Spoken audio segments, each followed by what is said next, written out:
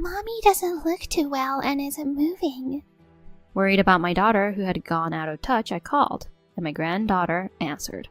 Her voice was trembling with urgency. Daddy drowned Mommy in the bathtub and then went somewhere. What followed was a shocking revelation for my granddaughter. Rushing to my daughter's house, I was met with a horrifying scene. I thought to myself, to let my daughter suffer like this?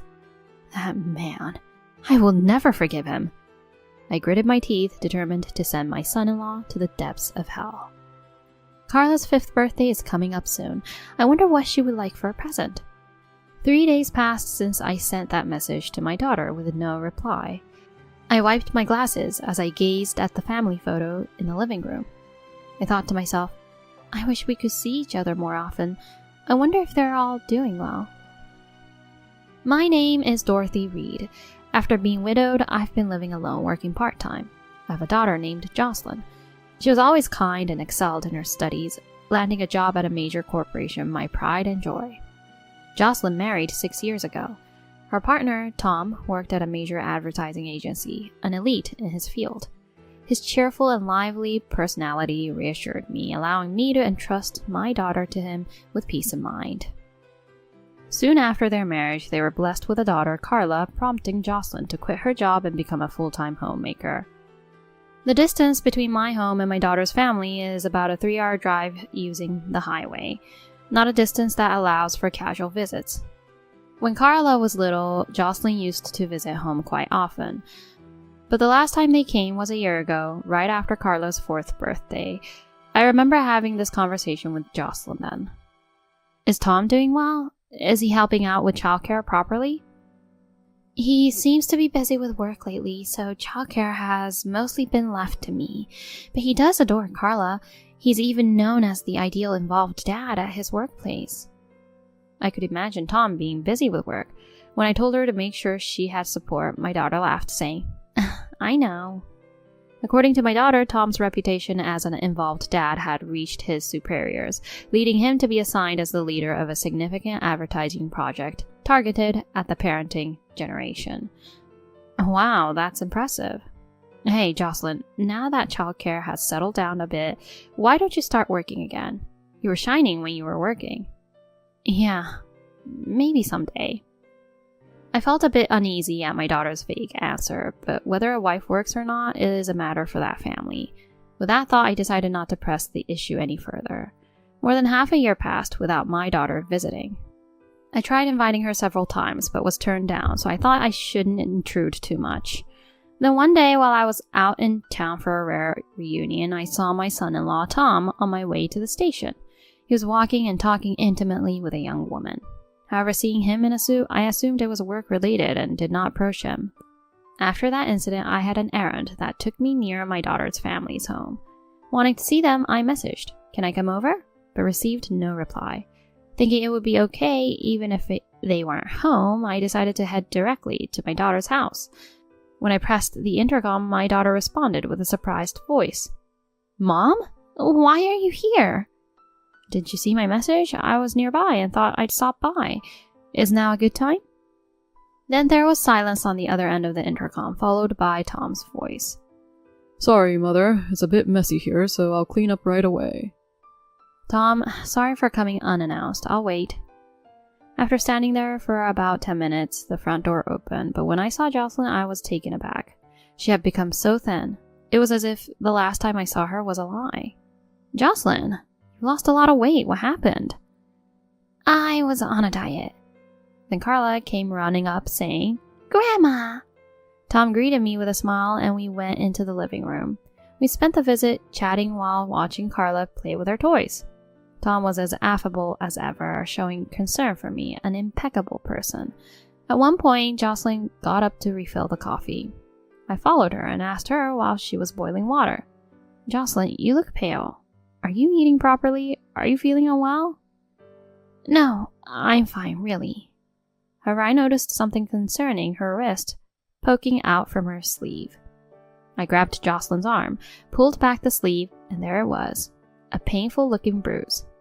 "Jocelyn, what happened here?" "She fell and got hurt. Jocelyn can be quite clumsy, you know." Tom had appeared at the kitchen entrance, chiming in. Fell? Is that true, Jocelyn? It's true. She says she tripped over Carla's toy and fell, right, Jocelyn? With Tom's intimidating words, Jocelyn nodded and moved away from me, saying, "It's true, but I'm okay now." The conversation in the kitchen ended there, but I continued to watch over Jocelyn and Carla carefully. Carla seemed as cheerful as ever, but Jocelyn appeared somewhat subdued and a bit tense. Dorothy, we have plans to go out as a family soon.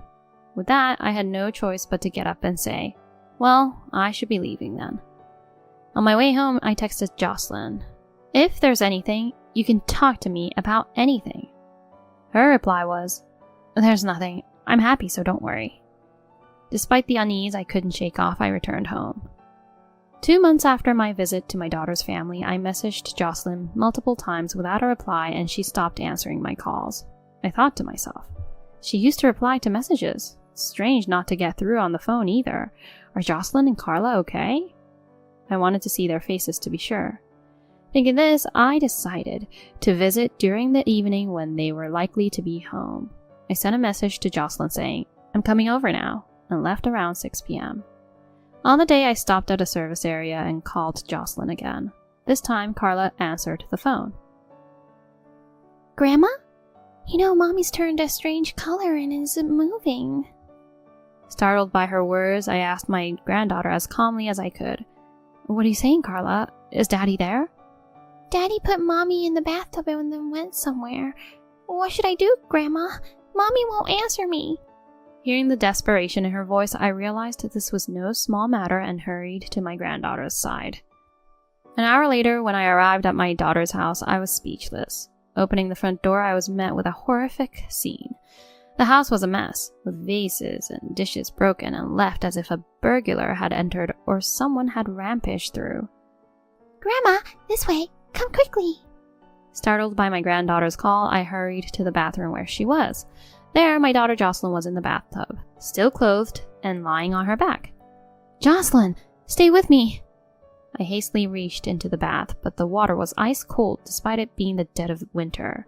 Jocelyn's face, which I managed to lift, was beyond pale, turning white, and her lips were purple. It seemed her face was just above water, as she was faintly breathing. I spoke to her multiple times, but with no response from my daughter, I immediately called emergency services. While waiting for the ambulance, my granddaughter Carla ran to me. Grandma, Mommy said there's something important in her bag. Carla pointed to a navy blue bag hanging on the wall in the living room. Upon checking, I found her insurance card in the wallet and took the bag with me when boarding the ambulance. After arriving at the hospital, Jocelyn was promptly attended to, and Carla and I sat in the hallway. "Carla, is it true what you said about Daddy drowning Mommy in the bathtub?" Carla nodded with a pale face. Daddy sometimes hits Mommy and then takes her to the bathtub. He tells Carla to stay in the living room, but it's always scary. Mommy looks so scared. Carla. As I hugged my granddaughter, she began to cry. Daddy said if you tell anyone, you'll never see Mommy again. Will I not see Mommy because I told you, Grandma? I don't want that. I comforted Carla, rubbing her back and saying, "It's okay, it's okay." Then a nurse informed us that Jocelyn had regained consciousness. She was still groggy, giving me a weak look. "Mom, check my navy blue bag. There's something." And saying that, she fell back asleep. I checked Jocelyn's bag again more carefully and found something shocking. With trembling hands, I confirmed what it was and clenched my teeth. I thought to myself, how could he do this to my daughter? I will never forgive that man. At that moment, I resolved to make my son-in-law Tom pay. Afterward, I could not reach Tom by phone, no matter how many times I tried, so I asked a trustworthy acquaintance nearby for a certain favor. 3 days after my daughter was taken to the hospital, I received a call from Tom. "I heard from a neighbor that Jocelyn was taken by an ambulance. The woman with glasses who was with her, that was you, right? Are you at the hospital now? Please tell me where you are." I didn't tell him the hospital's location, but asked Tom to meet me at a cafe near the station instead. After leaving Carla with my acquaintance, I waited for Tom, who arrived panting. "I'm sorry, Dorothy. I was on a business trip, so I'm completely lost. What happened to Jocelyn? Please tell me which hospital she's in, quickly." Tom appeared genuinely concerned, but I was no longer deceived by him.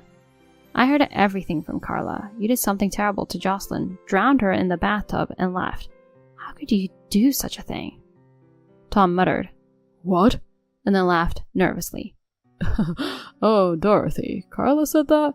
Surely you're not taking a child's words at face value. Are you saying Carla is lying? Since she started kindergarten, she sometimes says things like that. Like she has a fantasy or a lying habit. We've been troubled by it too. Then I silently played a voice recorder I had taken out of the bag. The voice of Tom yelling was heard. Divorce? You useless wife. A failure like you needs to be taught a lesson. I'll discipline you in the bathroom like always.